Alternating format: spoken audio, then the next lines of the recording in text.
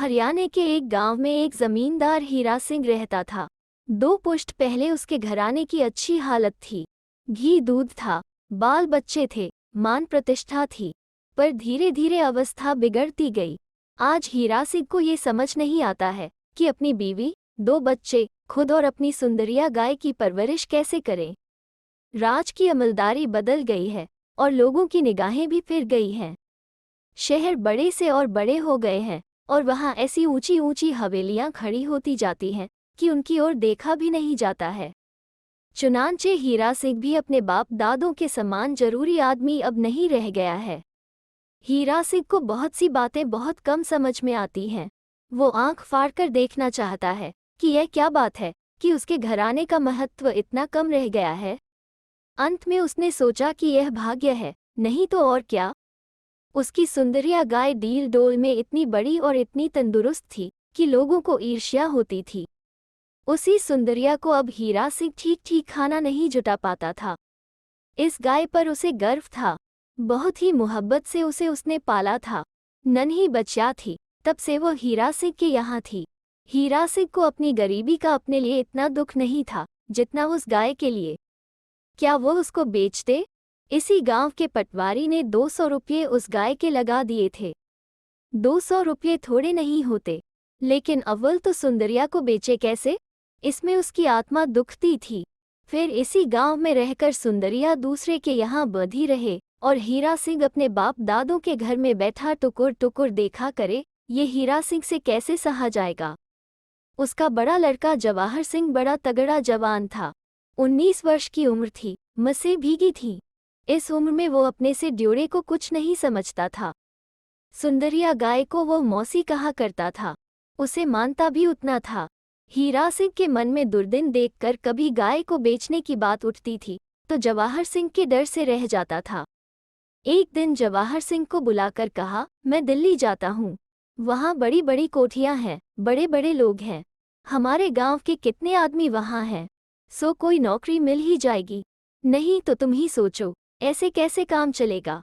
इतने दिन तुम यहाँ देखभाल रखना, वहाँ ठीक होने पर तुम सबको भी बुला लूँगा।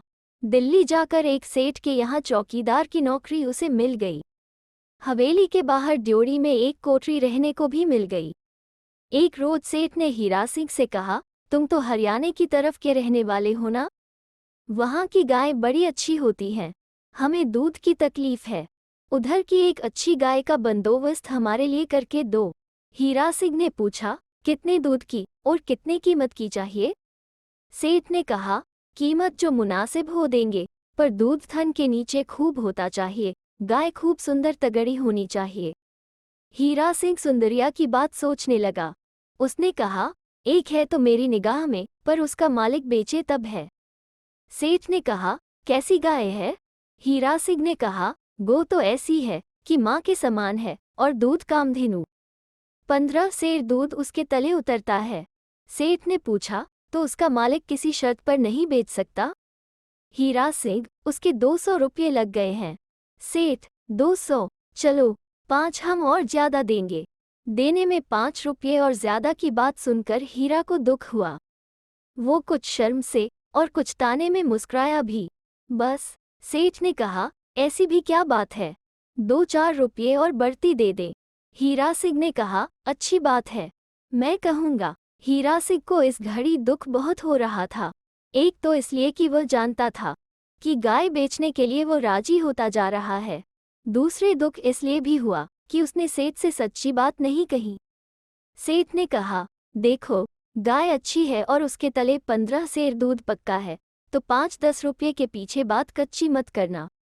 हीरा सिंह ने तब लज्जा से कहा, जी, सच्ची बात यह है कि गाय वो अपनी ही है। सेठ जी ने खुश होकर कहा, तब तो फिर ठीक बात है। तुम तो अपने आदमी ठहरे, तुम्हारे लिए जैसे 200 वैसे ही 5। गाय कब ले आओगे? मेरी राय में आज ही चले जाओ। हीरा सिंह शर्म के मारे कुछ बोल नहीं सका। उसने सोचा था गौर आखिर बेचनी तो होगी ही। अच्छा है कि वो गांव से दूर कहीं इसी जगह रहे, पर गांव के पटवारी के यहाँ तो सुंदरिया उससे दी न जाएगी। उसने सेठ के जवाब में कहा, जो हुक्म, मैं आज ही चला जाता हूँ, लेकिन एक बात है, मेरा लड़का जवाहर राजी हो जाए तब। वो लड़का बड़ा अक्खड़ है और गाय को प्यार भी बहुत करता है। सेठ ने समझा ये कुछ और पैसे पाने का बहाना है। बोला, अच्छा 205 ले लेना। चलो 207 सही, पर गाय लाओ तो दूध 15 सेर पक्के की शर्त है। तब उसने सेठ से कहा, रुपये की बात बिल्कुल नहीं है सेठ जी। वो लड़का जवाहर ऐसा ही है, पूरा बेबस जीव है। खैर, आप कहें तो आज मैं जाता हूँ। उसे समझा बुझा सका तो लेता आऊँगा। उसका नाम हमने सुंदरिया रखा है। हाँ, लेते आना, पर 15 सेर की बात है ना? इत्मीनान हो जाए तब सौदा पक्का रहेगा। उसने कहा, जी, रुपये कहाँ जाते हैं, फिर मिल जाएंगे। पर यह कहे देता हूँ कि गाय वो एक ही है।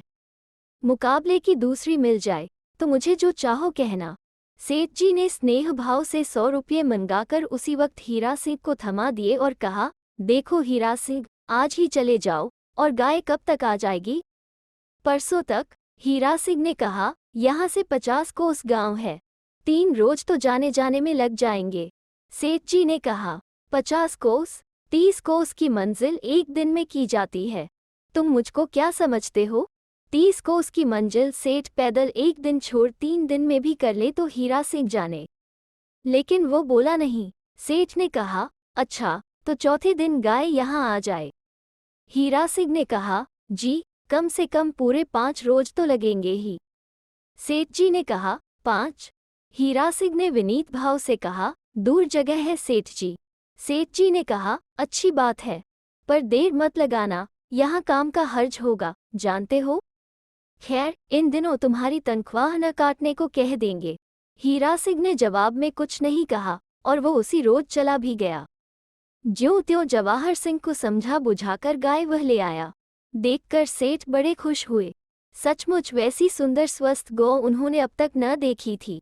हीरा सिंह ने खुद उसे सानी पानी किया, सहलाया और अपने ही हाथों उसे दुहा। दूध 15 सेर से कुछ ऊपर ही बैठा। सेठ जी ने खुशी से 200 के ऊपर 7 रुपये और हीरा सिंह को दिए और अपने घोसी को बुलाकर गौ उसके सुपुर्द की। रुपये तो लिए, लेकिन हीरा सिंह का जी भरा आ रहा था।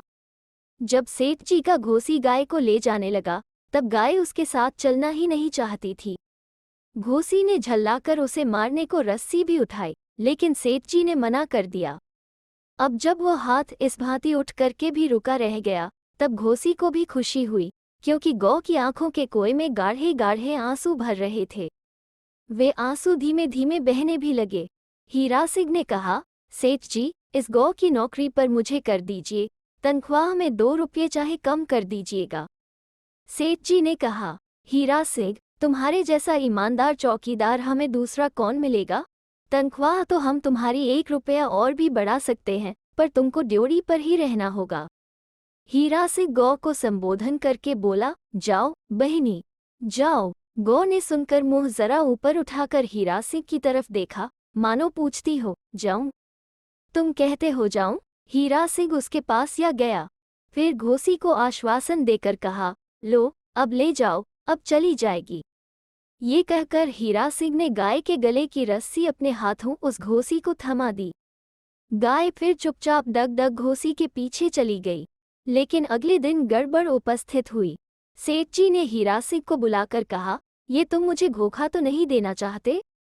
गाय के नीचे से सवेरे 5 सेर भी तो दूध नहीं उतरा। शाम को भी यही हाल रहा है। मेरी आंखों में धूल झोंकना चाहते हो? हीरा सिंह ने बड़ी कठिनाई से कहा, मैंने तो 15 सेर से ऊपर दूह कर आपके सामने दे दिया था। दे दिया होगा, लेकिन अब क्या बात हो गई? जो न तुमने उसे कोई दवा खिला दी है? हीरा सिंह का जी दुख और ग्लानि से भारी हो आया। उसने कहा, दवा मैंने नहीं खिलाई, और कोई दवा दूध ज्यादा नहीं निकलवा सकती। इसके आगे और मैं कुछ नहीं जानता। सेठ जी ने कहा, तो जाकर अपनी गाय को देखो। अगर दूध नहीं देती, तो क्या मुझे मुफ्त का जुर्माना भुगतना है? हीरा सिंह गाय के पास गया। वो उसको गर्दन से लगाकर खड़ा हो गया। उसने गाय को चूमा, फिर कहा, सुंदरिया, तू मेरी रुसवाई क्यों कराती है? तेरे बारे में मैं किसी से धोखा करूंगा? गाय ने उसी भांति मुंह ऊपर उठाया, मानो पूछा, मुझे कहते हो? बोलो, मुझे क्या कहते हो? हीरा सिंह ने घोसी से कहा, बंटा लाओ तो। घोसी ने कहा, मैं आध घंटा पहले तो दूह चुका हूँ। हीरा सिंह ने कहा, तुम बंटा लाओ।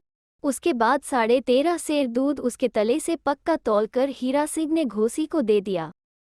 कहा, ये दूध सेठ जी को दे देना। फिर गौ के गले पर अपना सिर डालकर हीरा सिंह बोला, सुंदरी देख, मेरी ओछी मत कर। तू यहाँ है, मैं दूर हूँ, तो क्या उसमें मुझे सुख है? देखना सुंदरिया, मेरी रुसवाई न करना। भरे कंठ से ये कहकर उसे थपथपाते हुए हीरा सिंह चला गया। पर गौर अपनी व्यथा किससे कहे, कह नहीं पाती, इसी से सही नहीं जाती। क्या वो हीरा सिंह की रुसवाई चाहती है? उसे सह सकती है, लेकिन दूध नीचे आता ही नहीं, तब क्या करे? वो तो चट जाता है, सूख जाता है, गौ बेचारी करे तो क्या? सो फिर शिकायत हो चली। आए दिन बखेरे खड़े होने लगे। शाम इतना दूध दिया, सवेरे उससे भी कम दिया। कल तो चढ़ा ही गई थी। इतने अनुहार मनुहार किए, बस में ही न आई। गाय है कि बवाल है, जी को एक सामत ही पाल ली। सेठ ने कहा, क्यों हीरा सिंह, यह क्या है? हीरा सिंह ने कहा, मैं क्या जानता हूँ। सेठ ने कहा, क्या ये सरासर धोखा नहीं है? हीरा सिंह चुप रह गया। सेठ ने कहा, ऐसा ही है तो ले जाओ अपनी गाय और रुपये मेरे वापस करो। लेकिन रुपये हीरा सिंह गांव भेज चुका था और उसमें से काफी रकम वहां के मकान की मरम्मत में काम आ चुकी थी। हीरा सिंह फिर चुप रह गया। सेठ जी ने कहा, क्या कहते हो? हीरा सिंह क्या कहे? सेठ जी ने कहा, अच्छा, तनख्वाह में से रकम कटती जाएगी और जब पूरी हो जाएगी तो गाय अपनी ले जाना। हीरा सिंह ने सुन लिया और सुनकर वो अपनी ड्योढ़ी में आ गया। अगले दिन सवेरे से ही एक प्रश्न भिन्न भिन्न प्रकार की आलोचना विवेचना का विषय बना हुआ था। बात ये थी कि सवेरे बहुत सा दूध ड्योढ़ी पर बिखरा हुआ पाया गया। उससे पहली शाम को सुंदरी गाय ने दूध देने से बिल्कुल इनकार कर दिया था। उसे बहलाया गया, फुसलाया गया, धमकाया और पीटा भी गया था। फिर भी वह राह पर न आई थी। अब यह इतना सारा दूध यहाँ कैसे बिखरा है? ये यहाँ आया तो कहाँ से आया? लोगों का अनुमान था कि कोई दूध लेकर ड्योढ़ी में आया था या ड्योढ़ी में जा रहा था, तभी उसके हाथ से यह बिखर गया है। अब वो दूध लेकर आने वाला आदमी कौन हो सकता है? लोगों का गुमान ये था कि हीरा सिंह वो व्यक्ति हो सकता है। हीरा सिंह चुपचाप था, वो लज्जित और सचमुच अभियुक्त मालूम होता था। हीरा सिंह के दोषी होने का अनुमान या कारण ये भी था कि हवेली के और नौकर उससे प्रसन्न न थे। वो नौकर के ढंग का नौकर ही न था। नौकरी से आगे बढ़कर स्वामी भक्ति का भी उसे चाव था, जो कि नौकर के लिए असह्य दुर्गुण नहीं तो और क्या है। सेठ जी ने पूछा, हीरा सिंह ये क्या बात है? हीरा सिंह चुप रह गया। सेठ जी ने कहा, इसका पता लगाओ हीरा सिंह, नहीं तो अच्छा न होगा। हीरा सिंह सिर झुकाकर रह गया, पर कुछ ही देर में उसने सहसा चमत्कृत होकर पूछा, रात गाय खुली तो नहीं रह गई थी? जरूर यही बात है, आप इसकी खबर तो लीजिए। घोसी को बुलाकर पूछा गया तो उसने कहा कि ऐसी चूक कभी उससे जीते जी हो सकती ही नहीं है, और कल रात तो हुजूर पक्के दावे के साथ गाय ठीक तरह से बंधी रही है। हीरा सिंह ने कहा, ऐसा हो नहीं सकता। सेठ जी ने कहा, तो फिर तुम्हारी समझ में क्या हो सकता है?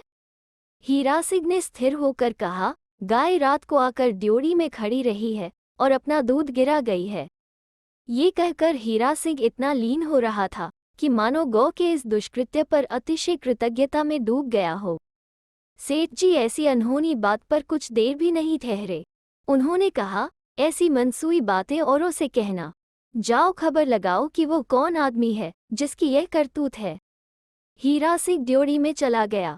रात को जब वो सो रहा था, उसे मालूम हुआ कि दरवाजे पर कुछ रगड़ की आवाज आई। उठकर दरवाजा खोला कि देखता क्या है, सुंदरिया खड़ी है। इस गौ के भीतर इन दिनों बहुत बेथा घुटकर रह गई थी। वो तकलीफ बाहर आना ही चाहती थी। हीरा सिंह ने देखा, मुंह ऊपर उठाकर उसकी सुंदरिया उसे अभियुक्त आंखों से देख रही है। हीरा सिंह ने कहा, बहिनी, ये तुमने क्या किया? कैसा आश्चर्य! देखता क्या है कि गौ मानव वाणी में बोल रही है, मैं क्या करूं? हीरा सिंह ने कहा, बहिनी, तुम बेवफाई क्यों करती हो? सेठ को अपना दूध क्यों नहीं देती हो? बहिनी, वो अब तुम्हारे मालिक हैं। कहते कहते हीरा सिंह की वाणी कांप गई, मानो कहीं भीतर इस मालिक होने की बात के सच होने में उसको खुद शंका हो। सुंदरी ने पूछा, मालिक? मालिक क्या होता है? हीरा सिंह ने कहा, तुम्हारी कीमत के रुपये सेठ ने मुझे दिए थे, ऐसे वो तुम्हारे मालिक हुए। गौ ने कहा, ऐसे तुम्हारे यहाँ मालिक हुआ करते हैं। मैं इस बात को जानती नहीं हूँ, लेकिन तुम मुझे प्रेम करते हो, सो तुम मेरे क्या हो? हीरा सिंह ने धीर भाव से कहा, मैं तुम्हारा कुछ भी नहीं हूँ। पर दूध तो मेरे उतरता ही नहीं, उसका क्या करूँ? मेरे भीतर का दूध मेरे पूरी तरह बस में नहीं है।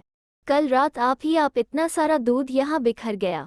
मैं ये सोचकर नहीं आई थी। तुम ड्योढ़ी में रहोगे तो शायद ड्योढ़ी में बिखर जाएगा, ड्योढ़ी से पार चले जाओगे तो शायद भीतर ही भीतर सूख जाएगा। मैं जानती हूँ इससे तुम्हें दुख पहुँचा है, मुझे भी दुख पहुँचता है। तुमने रुपए लिए हैं और सेठ मेरे मालिक हैं, तो उनके घर में उनके खूंटी से मैं रह लूंगी। हीरा सिंह गौ के कंठ से लिपटकर सुबकने लगा। बोला, सुंदरिया, तो मैं क्या करूं? गौ ने कपित वाणी में कहा, मैं क्या कहूं? हीरा सिंह ने कहा, जो कहो मैं वही करूंगा सुंदरी। गौ ने कहा, जो तुमसे सुन रही हूं उससे आगे मेरी कुछ चाहना नहीं है। इतने में ही मेरी सारी कामनाएं भर गई हैं। आगे तो तुम्हारी इच्छा है और मेरा तन है। मेरा विश्वास करो, मैं कुछ नहीं मांगती और मैं सब सह लूंगी। सुनकर हीरा सिंह बहुत विह्वल हो पाया। उसके आंसू रोके न रुके।